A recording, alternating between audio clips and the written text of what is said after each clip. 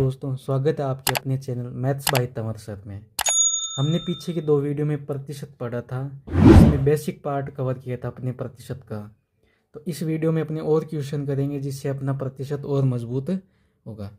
अब नेक्स्ट प्रश्न है, एक मिश्र धातु में 12% तांबा है। इसमें लिखते हैं अपने मिश्र धातु में तांबा दे रखा है 12% और 69 किलोग्राम तांबा पाने के लिए कितने किलोग्राम मिश्र धातु की आवश्यकता होगी। तांबा दे रखा अपने को किलोग्राम में 69 kg।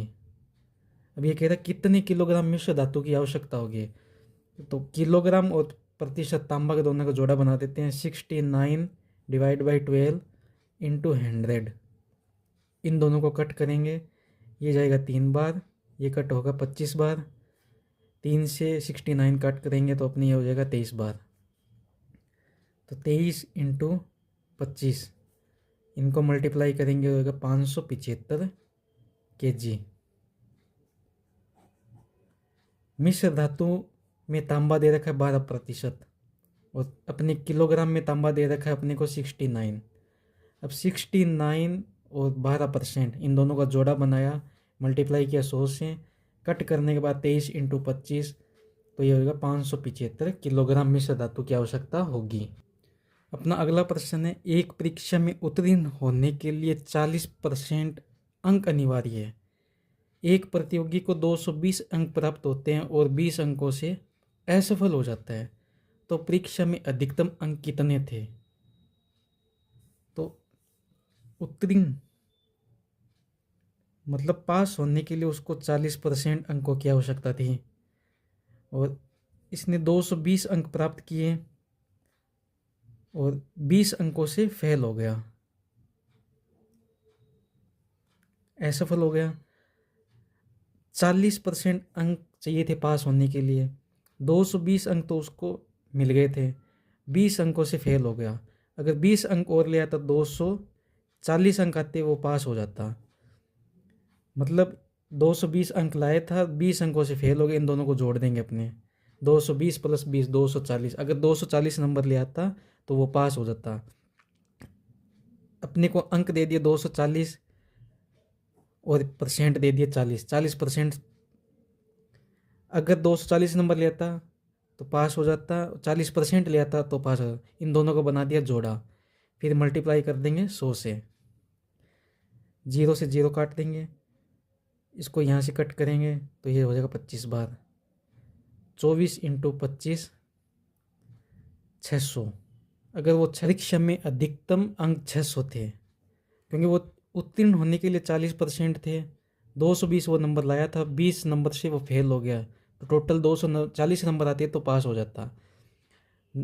परसेंट और नंबर का बनाया जोड़ा, 240 डिवाइड बाई 40 इंटू 100, 24 इंटू 25 600। अगर परीक्षा में अधिकतम अंक है 600। अगला प्रश्न है, एक छात्र को पास होने के लिए कुल 33% अंक प्राप्त करना होता है, उसे कुल अंक का 25% अंक प्राप्त होता है, तो वह 40 अंक से असफल हो जाता है, तो कुल अंक कितने थे। पास होने के लिए 33% चाहिए, तो लड़का है वो 25% अंक प्राप्त करता है कुल अंक का, और 40 अंक से असफल हो जाता है। 40 अंक से असफल हो गया। अगर वो 8% अंक और ले आता तो पास हो जाता। मतलब 33% अंक आते तो वो पास हो जाता। उसने 25 लिए तो 33 माइनस 25, 8% अंक उसके कम रह गए पास होने के लिए। ये प्रतिशत में 8% और अंक 40 कम है, इन दोनों को बना देंगे जोड़ा, 40/8 इंटू 100। अपने को कुल अंक पूछे, माना 100 मान लो कुल अंक, इससे आ जाएगा। इसको काट देंगे, ये 5 बार जाएगा, 5 इंटू 100, कुल अंक है 500। पास होने के लिए 33% अंक चाहिए थे, उसको कुल अंक का 25% ही मिला, क्योंकि 8% से वो फेल हो गया। 40 अंक असफल रहा, 40 अंक उसको और मिल जाते तो वो सफल हो जाता। 40 अंक और 8% का जोड़ा बनाया, 40/8 इंटू 100, इनको काटेंगे तो 5 इंटू 100 500, 500 अंक से और 500 अंक। अगले प्रश्न की बात करते हैं। राम किसी परीक्षा में 30% अंक प्राप्त करता है और 108 अंक से अनुत्तीर्ण हो जाता है। श्याम 52% अंक प्राप्त करता है और 24 अंक से उत्तीर्ण हो जाता है। पूर्णांक व उत्तीर्ण प्रतिशत बताओ। राम है वो 30% अंक प्राप्त करता है और 108 से असफल हो जाता है, और श्याम है 52% अंक प्राप्त करता है और 24 से सफल हो जाता है, 24 अंक से।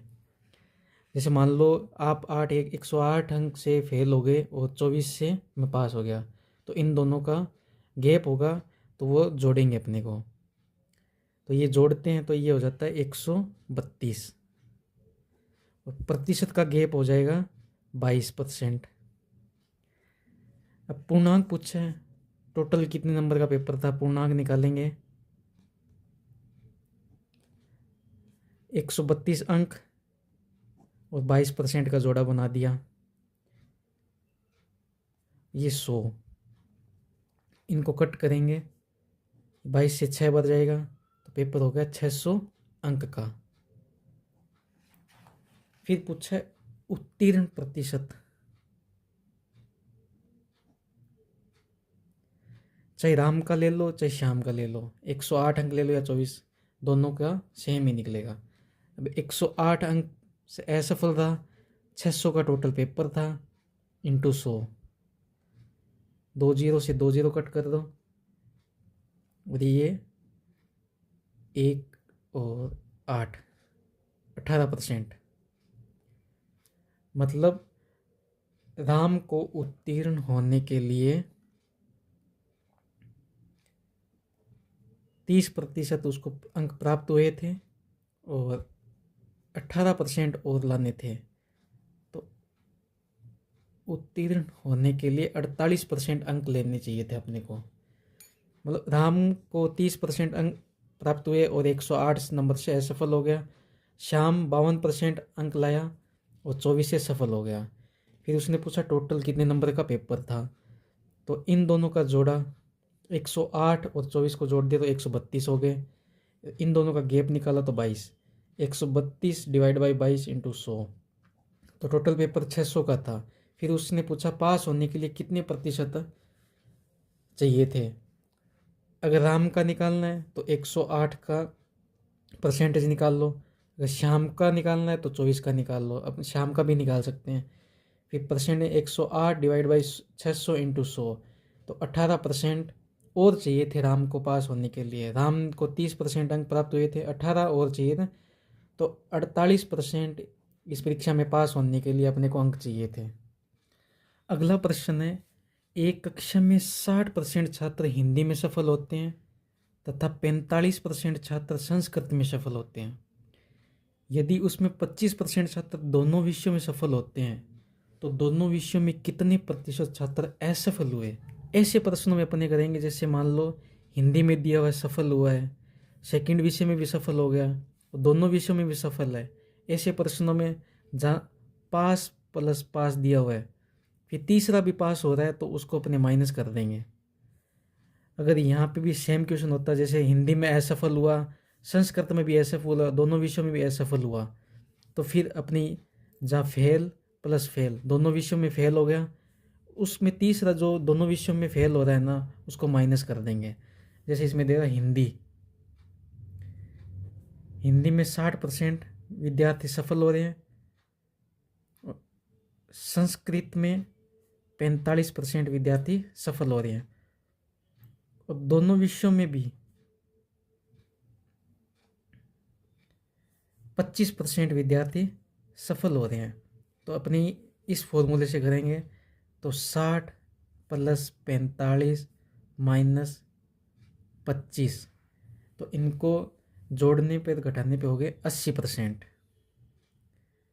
तो 80% विद्यार्थी हैं ना वो दोनों विषयों में सफल हुए हैं।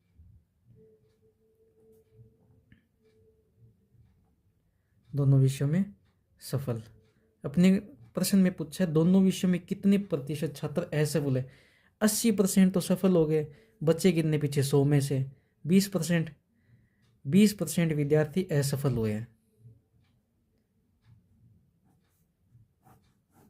20% विद्यार्थी असफल हुए हैं इसमें।